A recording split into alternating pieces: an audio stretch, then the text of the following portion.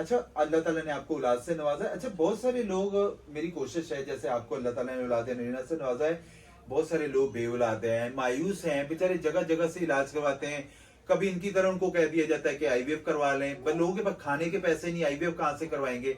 अच्छा सर, लोगों को क्या मैसेज देना चाहेंगे, क्या बताना मैसेज चाहेंगे? यही देना चाहेंगे कि आप हर्बल से इलाज कराएं। हर्बल से इलाज करवाएं, कहीं भी इलाज करवाएं, बरा हर्बल से इलाज करवाएं और अल्लाह ताला आपको जरूर औलाद से नवाजेगा। अगर आपको आईवीएफ का बोला जा रहा है या आईवीएफ करवा चुके हैं या आईवीएफ के करवाने के बाद भी आप मायूस हो चुके हैं, तो अपना हर्बल में इलाज करवाएं, आप मायूस नहीं होंगे। कोई दिक्कत परेशानी है, मेरे नंबर स्क्रीन पर चल रहे हैं, आप अपनी रिपोर्ट शेयर कर सकते हैं। अगर आप पाकिस्तान से हैं या आउट ऑफ कंट्री से हैं, अपनी रिपोर्ट शेयर करें, हम आपकी रिपोर्ट्स के मद्दे मुताबिक जो बेहतर से बेहतर रहनुमाई होगी वो आपको लाजमी की जाएगी। अच्छा सर, एक जाते जाए एक चीज और बताइएगा कि मेरी दवा से आपको कोई नुकसान तो नहीं हुआ? नहीं, अल्हम्दुलिल्लाह। अल्हम्दुलिल्लाह। एक होता है ना कि वो बहुत सारे ज़हन में होता है कि हकीमों की दवाइयाँ, हर्बलिस्ट की जो दवाइयाँ, देसी दवाइयाँ, इससे नुकसान नहीं होता, इससे बेहतरी आती है, आपके मामला जरूर बेहतर होंगे। हजरत ज़िक्रिया अलैहिस्सलाम को अल्लाह ताला ने 77 साल के बाद औलाद से नवाजा था, वो भी तो दुआ थी, रब्बी ला तज़रनी फर्दम वंत खैरुल वारिसीन।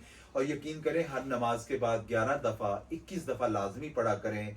मैं बार बार कह कह के थक गया हूं कि आपके अगर वालिद साहब हयात हैं, आप अपने बाप के पास बैठ के दुआ करवाया करें। बाप की दुआ औलाद के लिए रद्द नहीं जाती है, कोशिश जरूर करें और जहां से भी अपना इलाज करवाएं, वो भी हर्बल में।